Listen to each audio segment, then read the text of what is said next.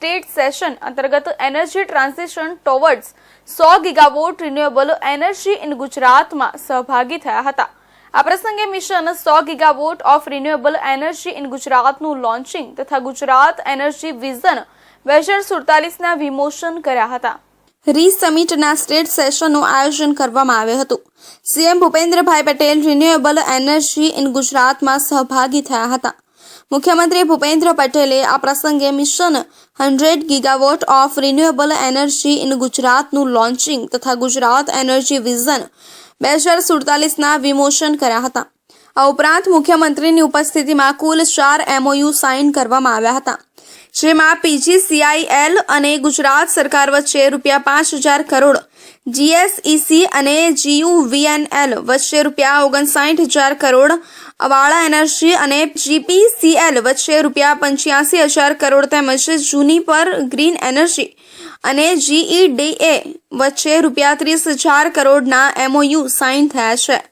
મુખ્યમંત્રીએ જણાવ્યું કે વડાપ્રધાન નરેન્દ્રભાઈ મોદીએ ગુજરાતમાં ફોસિલ ફ્યુઅલ પરની નિર્ભરતા ઘટાડીને પર્યાવરણ સંરક્ષણ સાથે ઉર્જા સુરક્ષા અને ગ્રીન એનર્જીના નવતર આયામો આપ્યા છે।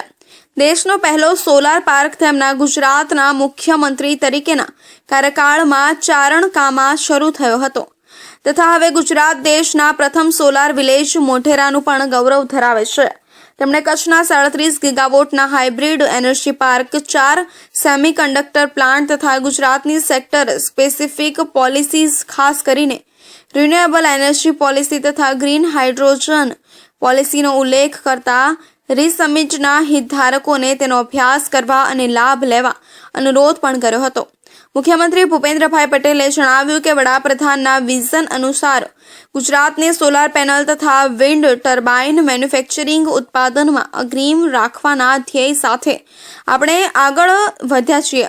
રિન્યુએબલ એનર્જી દ્વારા એનર્જી સિક્યુરિટી, ક્લીન એનર્જી અને નેટ ઝીરો આ ત્રણેય લક્ષ્ય સિદ્ધ કરવા સાથે રિન્યુએબલ એનર્જીમાં આત્મનિર્ભરતા માટે આ સમિટ મહત્વપૂર્ણ બનશે તેવી અપેક્ષા તેમણે દર્શાવી હતી।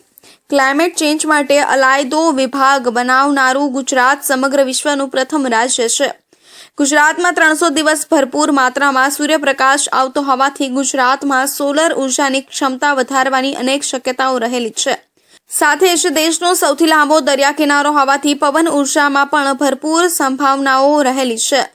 ગુજરાત અગાઉ વડાપ્રધાન નરેન્દ્રભાઈ મોદી અને વર્તમાન મુખ્યમંત્રી ભૂપેન્દ્રભાઈ પટેલના નેતૃત્વ હેઠળ આ ક્ષમતાઓને ઓળખીને આ સંસાધનોનો શ્રેષ્ઠ ઉપયોગ કરી રહ્યું છે।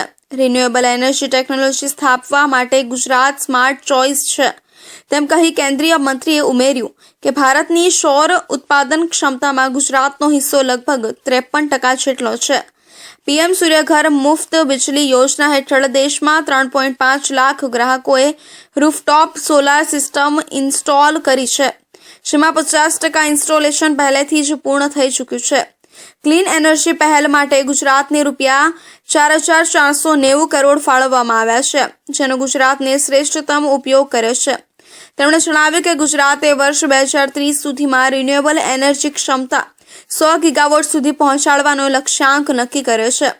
રૂફટોપ સોલાર સિસ્ટમની સ્થાપનામાં ગુજરાતે દાખલો બેસાડ્યો છે। અન્ય રાજ્યોએ પણ ગુજરાત મોડેલને અનુસરીને પોલિસી સપોર્ટ આપવાનું શરૂ કરવું જોઈએ।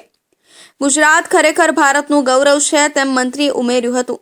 ગુજરાતના મુખ્ય સચિવ રાજકુમારે જણાવ્યું હતું કે ભારત તમામ ક્ષેત્રોમાં રિન્યુએબલ એનર્જીને અપનાવવાની દિશા ઝડપથી આગળ વધી રહ્યું છે।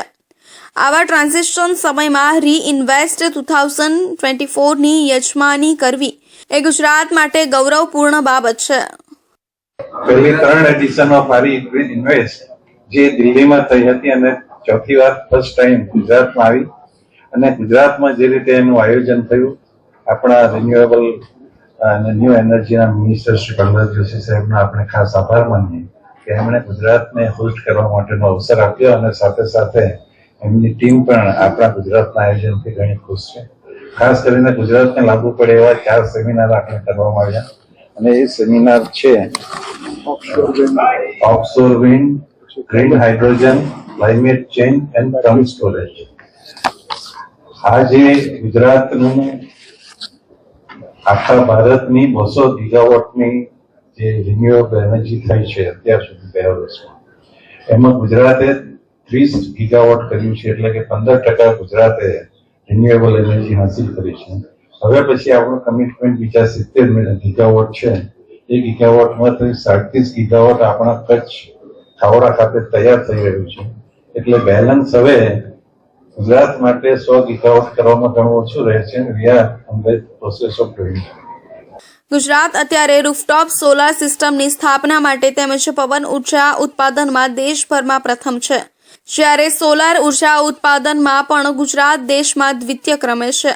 ભારત સરકારના નવીન અને નવીકરણીય ઉર્જા મંત્રાલયના સચિવ ભૂપિન્દરસિંઘ ભલ્લાએ જણાવ્યું હતું કે રિન્યુએબલ એનર્જી ક્ષેત્રે ગુજરાત અત્યારે ભારતના મોડલ સ્ટેટ તરીકે ઉભરી રહ્યું છે.